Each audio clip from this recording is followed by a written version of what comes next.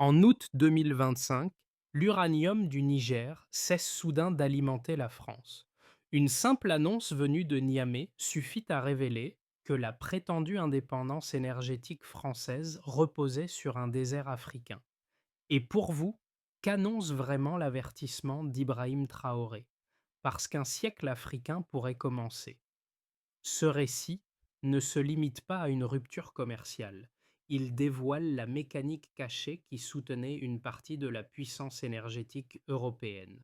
À travers l'embargo nigérien, une question essentielle s'impose. Comprendre comment une décision venue d'un pays longtemps perçu comme périphérique a pu déclencher une onde de choc jusqu'aux places financières de Paris. L'enjeu est simple: démêler en 10 à 12 mots la frontière entre autonomie affichée et dépendance réelle. Et pourtant, derrière cette apparente simplicité se joue un risque structurel bien plus profond. Car si un seul État sahélien a pu suspendre le cœur nucléaire français, qu'adviendrait-il si une coalition plus large adoptait la même logique? Les experts énergétiques parlent déjà d'un effet domino possible, et les gouvernements européens redoutent que ce précédent transforme chaque ressource stratégique en levier géopolitique. Un micro-hook s'ouvre ici. Comment cette fragilité silencieuse a-t-elle pu rester invisible pendant des décennies, alors que les données étaient pour certaines à portée de main? Ce qui suit promet d'exposer la chronologie, les failles et les basculements qui ont conduit à cet instant de rupture. La première révélation tient en un chiffre qui a longtemps échappé au débat public. Près de 70% de l'électricité française dépend de réacteurs alimentés par de l'uranium importé. Et la seconde, plus dérangeante encore, surgit lorsque l'on observe la carte. Une part décisive de ce combustible provenait d'un seul pays sahélien, maintenu pendant 50 ans dans une relation asymétrique. Ces deux réalités, mises bout à bout, suffisent à expliquer pourquoi l'annonce de Niamey a frappé Paris avec une force disproportionnée. Pour comprendre cet instant de bascule, il faut remonter au choc pétrolier des années 1970. Alors que l'Europe s'enfonçait dans la dépendance au pétrole et au gaz, la France fit le pari du nucléaire. Officiellement, c'était le choix de la souveraineté énergétique. Officieusement, ce pari n'était possible qu'en externalisant la vulnérabilité vers les anciennes colonies, dont le Niger, qui accepta pendant des décennies des contrats avantageux pour Paris mais appauvrissants pour lui-même. Dans les couloirs des ministères français, on aimait rappeler que le pays n'importait quasiment pas de gaz russe et ne suppliait pas l'OPEP. Ce que l'on disait moins, c'est que l'autonomie proclamée reposait sur un flux constant d'un minerai extrait dans des zones où la pollution, les cancers et la pauvreté s'étendaient bien plus vite que les infrastructures. C'est précisément ce point qu'Ibrahim Traoré soulignait lorsqu'il affirmait que l'Afrique n'était pas dépendante de la France, mais l'inverse. Ces déclarations, souvent perçues comme provocatrices, prirent mais soudain approcher un sens nouveau lorsque les camions d'Orano furent immobilisés dans le désert et que les gardes nigériens remplacèrent les équipes françaises.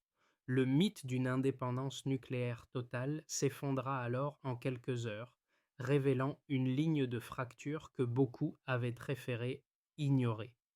Le contexte qui se dessine n'est pas celui d'un simple incident commercial, mais celui d'une recomposition profonde des rapports de force où une décision sahélienne suffit à dévoiler la fragilité d'un système entier.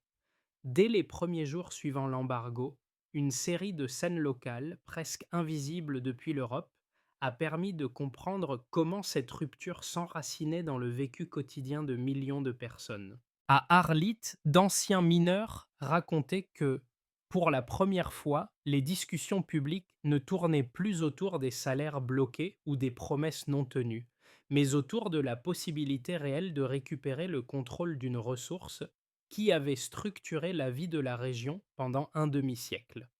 Un enseignant de Zinder décrivait comment ses élèves demandaient pourquoi un pays exportant un minerai stratégique ne parvenait pas à financer des manuels, mettant à nu un paradoxe que trop peu d'analyses technocratiques avaient pris en compte.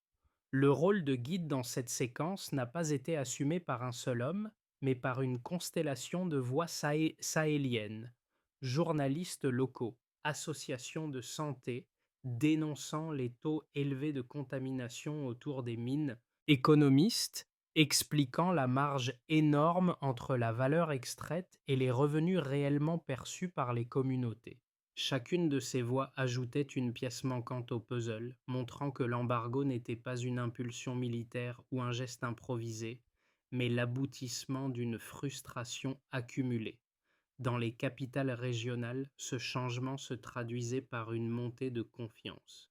Le Mali lançait des audits sur ses concessions aurifères, tandis qu'au Burkina Faso, les radios communautaires débattaient de la place que pourrait occuper une coordination sahélienne dans la gestion des minerais stratégiques. Ces signaux précoces montraient que l'effet de l'embargo dépassait largement les installations d'Orano. Il atteignait les imaginaires politiques et redéfinissait ce qui semblait possible.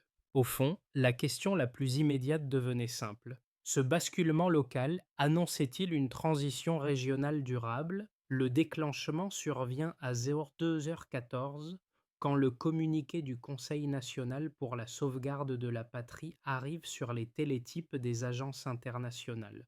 Le message est court, net, sans embâge. Le Niger suspend immédiatement toutes les exportations d'uranium vers la France. Pas de négociation, pas d'avertissement préalable, pas d'exception temporaire. Cette abrupteté donne au geste une densité politique que même les observateurs les plus aguerris n'avaient pas anticipée. À Niamey, les équipes de sécurité prennent possession des zones minières avant le lever du jour.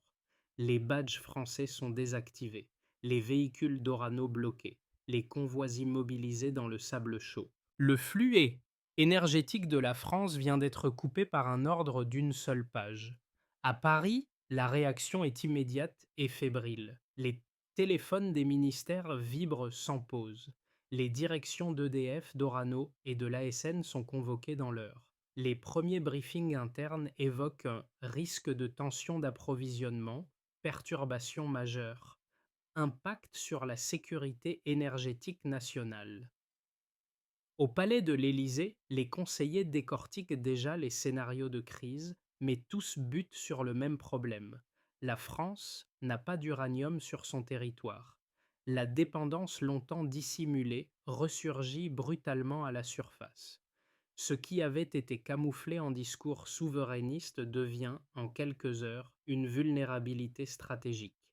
Au même moment, dans le Sahel, l'événement prend une tonalité complètement différente. Au Burkina Faso, les déclarations d'Ibrahim Traoré circulent sur les radios communautaires. Sa phrase «La France a besoin de l'Afrique plus que l'Afrique n'a besoin de la France» acquiert un nouveau poids, non plus comme une provocation, mais comme la lecture précise d'un rapport de force que Paris n'avait pas voulu admettre. Dans les rues de Bamako et de Ouagadougou, des rassemblements spontanés éclatent, des slogans revendiquent la souveraineté minière. L'embargo du Niger devient, en quelques heures, le symbole d'un rééquilibrage politique longtemps attendu. Le point culminant arrive lorsque les marchés financiers réagissent. L'action d'Orano chute brutalement. Les analystes parlent de exposition systémique. L'idée qu'un seul pays puisse bloquer une composante essentielle du parc nucléaire français provoque un choc qui dépasse la sphère énergétique.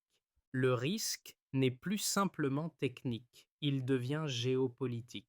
Car si le Niger peut dire non, qui sera le prochain? Les rédactions européennes consacrent leurs unes à la crise.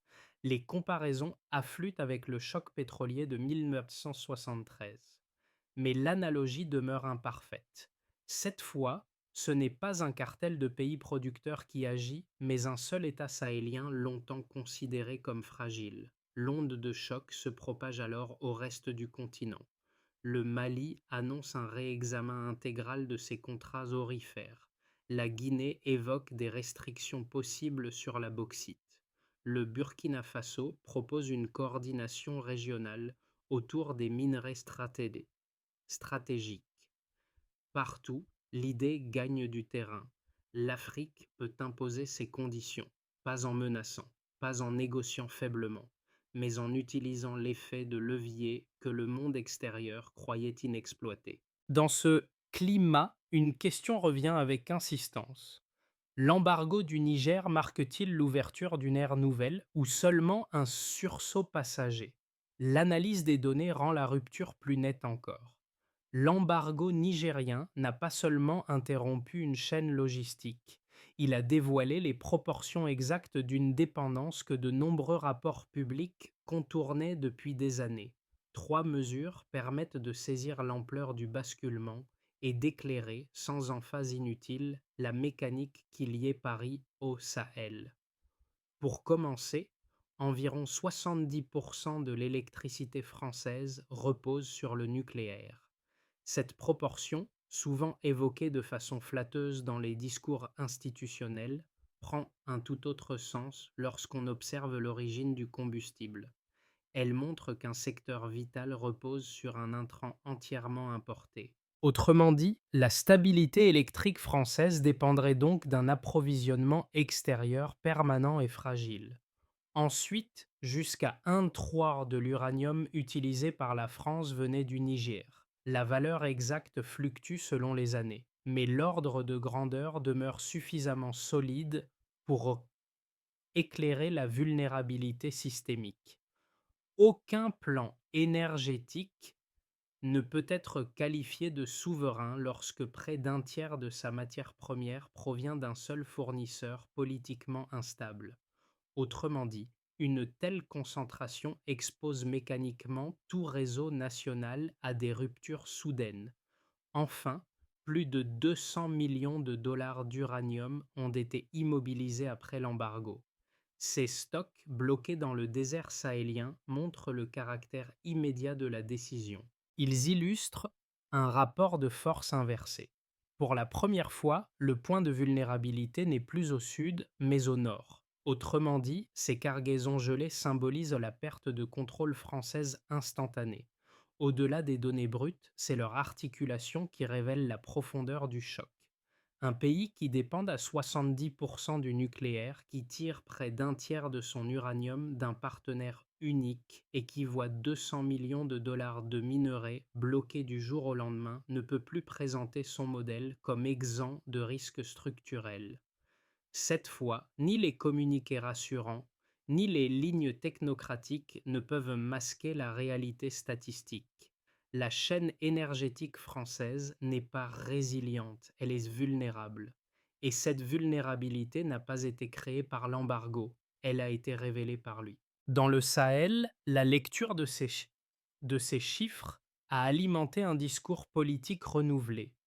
Au Burkina Faso, les interventions d'Ibrahim Traoré ont insisté sur la disproportion historique entre la valeur extraite et la valeur captée, un écart que les données confirment avec une netteté implacable.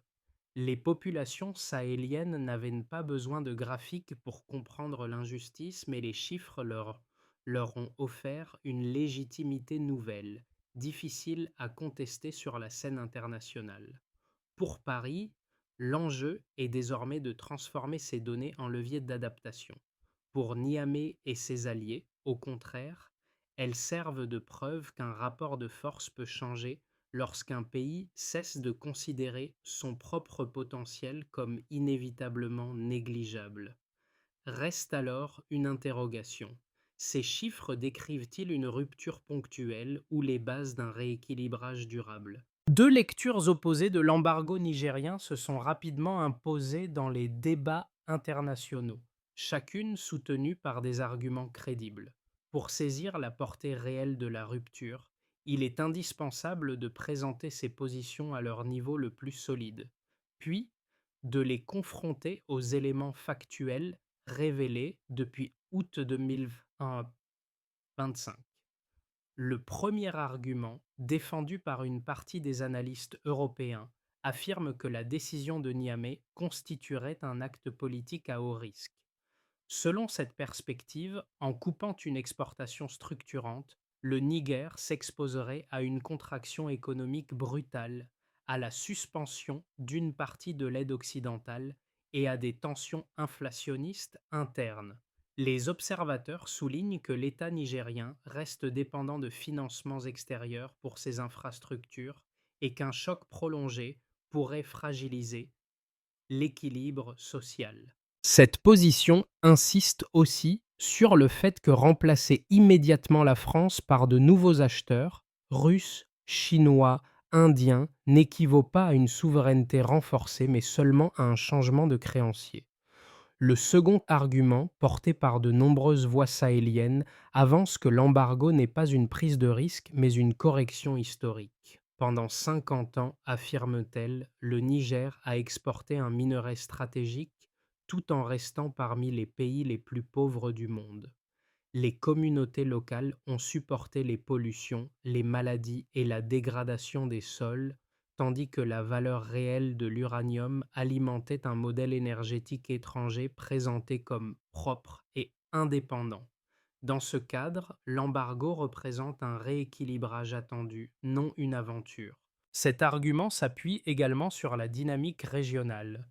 Le Mali revisite ses contrats aurifères, la Guinée questionne ses exportations de bauxite, le Burkina Faso discute de transformation locale des minerais. L'embargo apparaît alors comme un acte structurant plutôt qu'un geste isolé.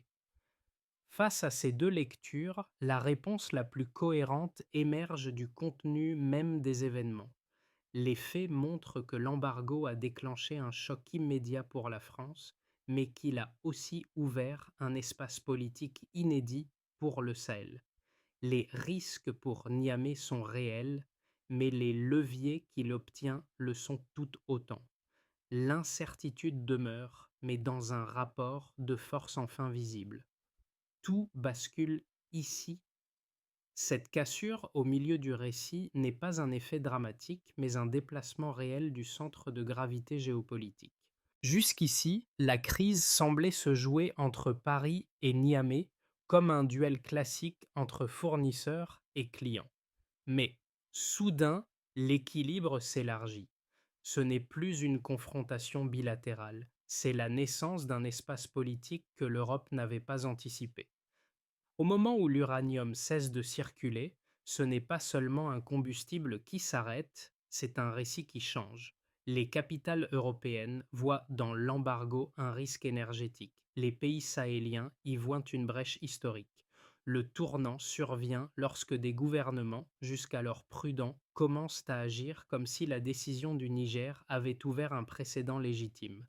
Le Mali accélère ses audits miniers. La Guinée discute d'une transformation locale de la bauxite. Le Burkina Faso, dont la voix d'Ibrahim Traoré résonne dans les médias régionaux, pousse l'idée d'une coordination stratégique sur les ressources. À ce moment précis, la logique s'inverse.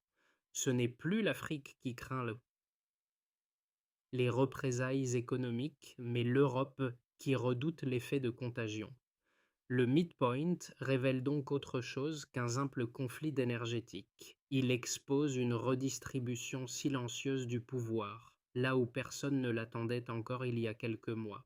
Les conséquences de l'embargo ne se sont pas limitées aux déclarations politiques. Elles ont pris corps dans 4 dimensions distinctes, chacune révélant comment un geste souverain peut transformer les réalités économiques, sociales et régionales. Les effets ne sont ni uniformes ni linéaires, mais ils composent un tableau cohérent de recomposition du pouvoir. Sur le plan national nigérien, sur le territoire même du Niger, la première conséquence visible fut la réorientation du discours politique interne. Les autorités, longtemps critiquées pour l'opacité de la gestion minière, ont dû présenter en urgence des plans concrets. Création d'un fonds souverain alimenté par les revenus futurs, investissement priorisé dans les hôpitaux, renforcement des écoles rurales.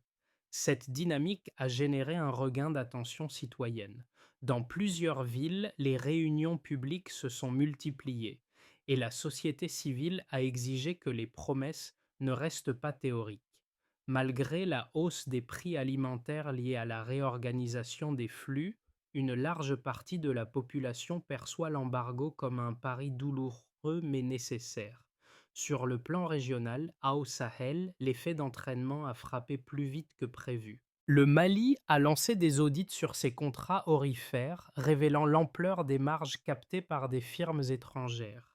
La Guinée a ouvert un débat national sur la transformation locale de la bauxite, arguant que le modèle d'exportation brute ne profitait ni aux travailleurs ni au budget public. Au Burkina Faso, la parole d'Ibrahim Traoré a amplifié ce mouvement. Ces prises de position sur la maîtrise des ressources stratégiques ont offert un langage commun à trois pays longtemps traités comme périphériques. Une coalition tacite a ainsi commencé à émerger, fondée non sur des traités, mais sur une vision partagée de la souveraineté minérale. Sur le plan diplomatique international, sur la scène mondiale, la rupture a réorganisé les priorités. La Russie a proposé des contrats d'achat à long terme assortis de primes tarifaires. La Chine a envoyé des émissaires offrant infrastructures et crédits contre des garanties d'accès futurs. L'Inde a exprimé son intérêt pour une coopération nucléaire élargie. Ces offres témoignent d'un basculement. Le Niger n'est plus un fournisseur parmi d'autres, mais un acteur courtisé. En parallèle, les États-Unis ont activé des canaux diplomatiques discrets, inquiets du recul de l'influence française. Cette agitation internationale indique que le Sahel n'est plus un espace passif, mais un pivot stratégique. Sur le plan économique et systémique européen, en Europe, la réaction s'est jouée au niveau économique autant que symbolique. L'action d'Orano a chuté, les régulateurs ont réévalué les risques et les gouvernements ont admis, pour la première fois depuis des décennies, la dépendance réelle de leur transition énergétique aux ressources africaines. L'Allemagne, déjà en quête de métaux critiques, suit désormais de près le nationalisme minier sahélien. La France a dû reconnaître que son modèle d'indépendance nucléaire n'était qu'une construction narrative reposant sur des importations fragiles. Le résultat dépasse la simple perturbation. La hiérarchie énergétique européenne a été révélée, pas seulement ébranlée. Dans cette configuration élargie, une question s'impose désormais. Ces effets convergents préparent-ils une nouvelle architecture africaine des ressources ou annoncent-ils un cycle de tensions prolongées? L'évolution de la crise de l'uranium dépend désormais d'un enchaînement de décisions encore ouvertes. L'incertitude ne signifie pas absence de structure. Trois trajectoires plausibles émergent pour les 6 à 12 prochains mois, chacune portée par des dynamiques déjà visibles. Elles ne prédisent rien avec certitude, mais proposent un cadre pour comprendre ce qui pourrait suivre si certaines conditions se confirment ou non. Dans un premier scénario, ajustement sous tension, mais stabilisation progressive. Dans cette trajectoire médiane, la France sécurise de nouveaux fournisseurs, probablement au Canada ou en Asie centrale, même à un coût plus élevé. Les prix de l'électricité augmentent légèrement, compressant les marges industrielles mais sans provoquer de rupture majeure. Le Niger, de son côté, parvient à maintenir l'embargo tout en absorbant ses effets internes. Inflation modérée, ralentissement temporaire des importations, mais soutien populaire suffisant pour éviter un retournement politique. Le Sahel poursuit sa coordination naissante, sans annoncer de gestes spectaculaires, mais en consolidant des audits et réformes sectorielles. Dans un second scénario, consolidation sahélienne et effet d'entraînement continental. Ici, la dynamique ouverte par l'embargo devient un point d'appui régional. Le pacte de souveraineté des ressources évoqué au Burkina Faso se formalise en structure opérationnelle. Le Mali revoit les conditions d'exploitation de son or, la Guinée impose des exigences plus strictes sur la bauxite et d'autres États africains s'intéressent à ce modèle de rééquilibrage. Dans ce scénario, la France doit renégocier certains accords stratégiques dans une position moins favorable, tandis que le Niger obtient une hausse substantielle des revenus tirés de l'uranium grâce à de nouveaux partenaires.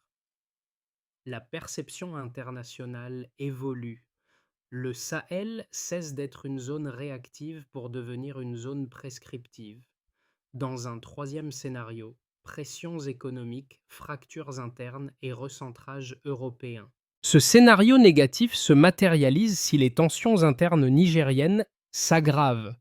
Une inflation trop forte, la suspension prolongée de certaines aides et la difficulté à sécuriser des débouchés alternatifs pourraient fragiliser l'appui populaire.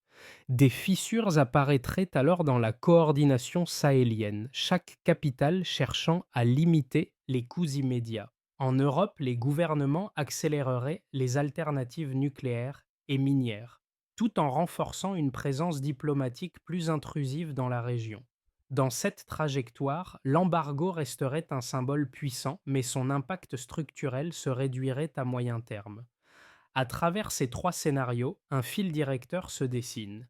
L'issue ne dépendra pas uniquement des ressources, mais de la capacité des États, africains comme européens, à transformer un moment de rupture en stratégie cohérente. Les répercussions de l'embargo de 2025 n'ont pas seulement transformé les calculs des gouvernements, elles ont modifié la manière dont trois groupes sociaux, souvent éloignés des débats géopolitiques, perçoivent désormais leur propre place dans ce basculement.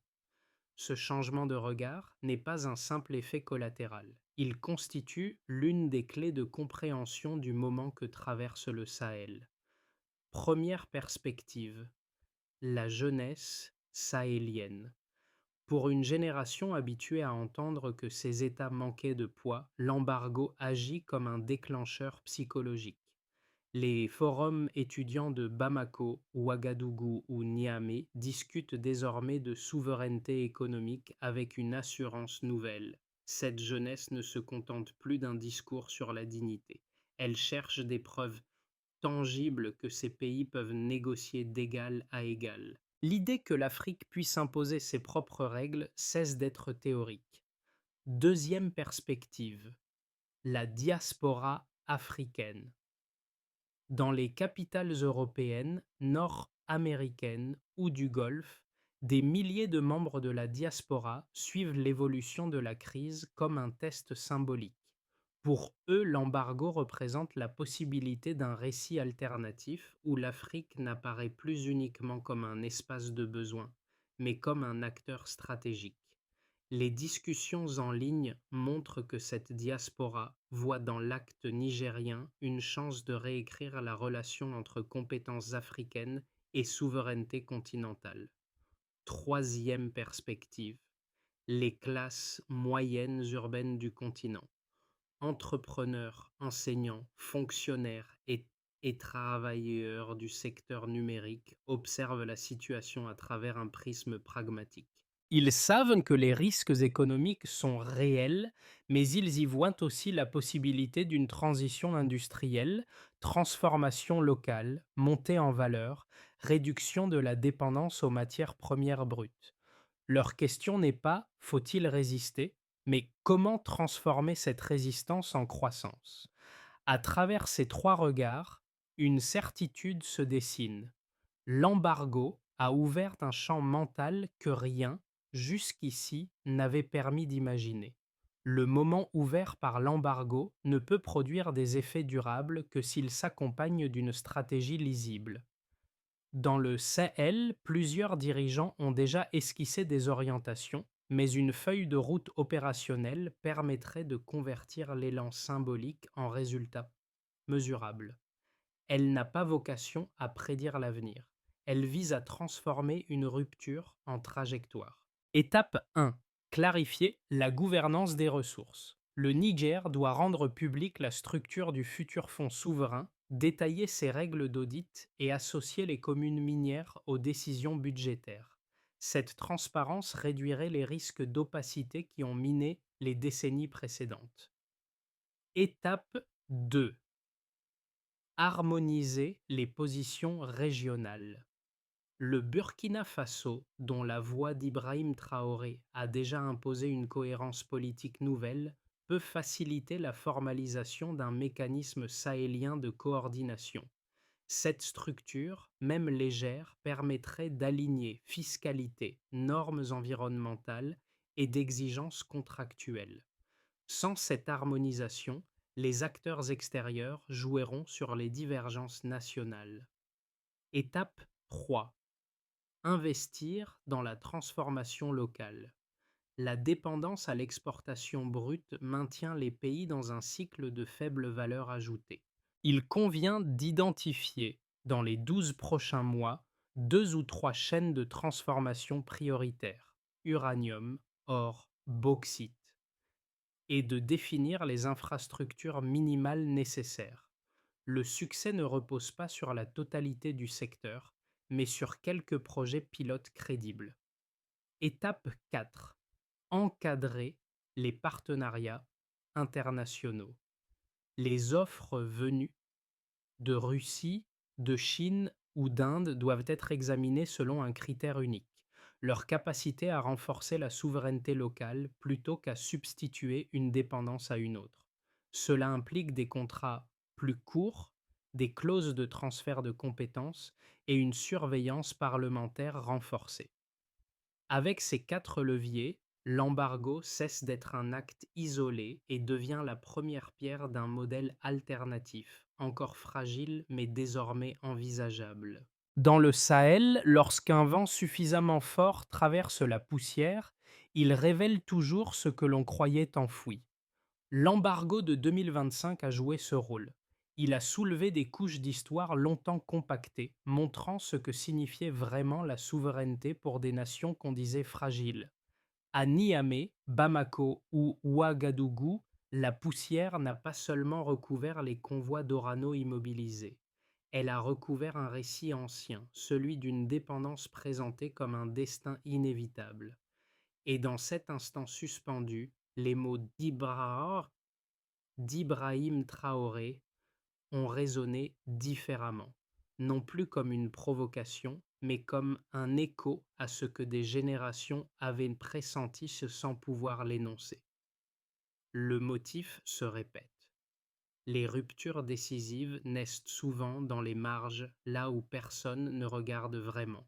Ce que le Niger a fait n'a pas redessiné le monde en une nuit, mais a ouvert une brèche dans la cartographie mentale d'un continent. Une brèche modeste, peut-être, mais une brèche assez large pour laisser passer l'idée que l'Afrique peut décider de son propre rythme.